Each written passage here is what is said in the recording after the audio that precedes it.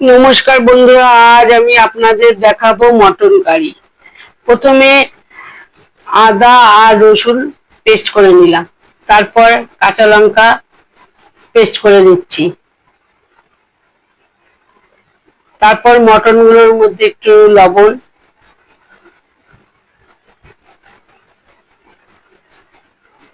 হলুদ, কাঁচা লঙ্কা পেস্ট,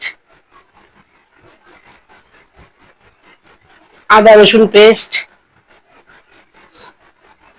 কাশ্মীরি লঙ্কা, তারপর দই দিয়ে মাংসটাকে আমি ম্যারিনেট করে 1 ঘন্টার জন্য রেখে দেব।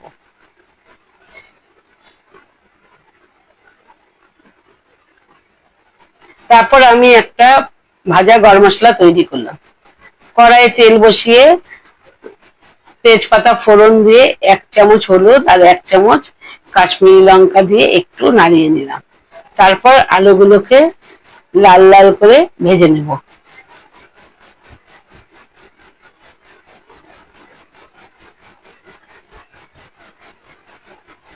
আলুগুলো ভাজা হয়ে গেলে এবার আলুগুলো তুলে নিলাম।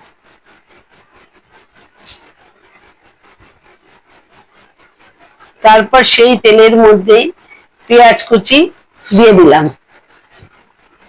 এবার পেঁয়াজগুলো যতক্ষণ না সোনালি হয়ে আসে ততক্ষণ আমি ভাজতে থাকবো। তারপর সেই পেঁয়াজগুলোর মধ্যে রসুন পেস্ট, আদা পেস্ট, কাঁচা লঙ্কা পেস্ট, হলুদ দিয়ে আমি নাড়াচাড়া করতে থাকলাম। তারপর কাশ্মীরি লঙ্কা 1 চামচ দিলাম, দিয়ে আবার নাড়াচাড়া করতে থাকলাম।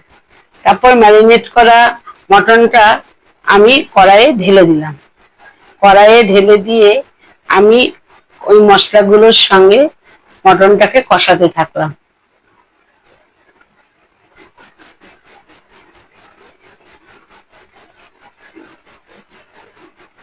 মটনটা তারপর আমি জিরে বাটা দিয়ে দিলাম।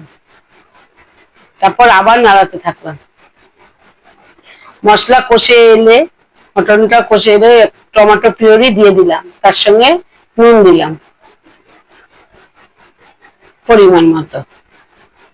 তারপর আবার কষতে থাকলাম।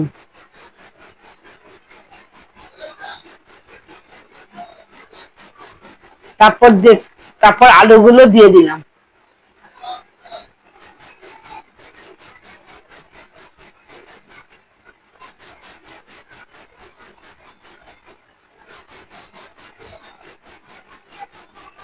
ভাজা আলুগুলো আর মটনটা কষে এলে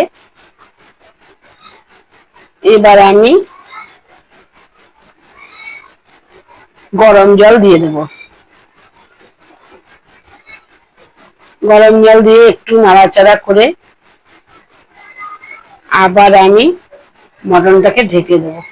কিছুক্ষণ পর 40 মিনিট পর ঢাকনাটা খুলে মটনটাকে নাড়াচাড়া করব। তারপর ভাজা গরম মশলাটা আমি দিয়ে দেব।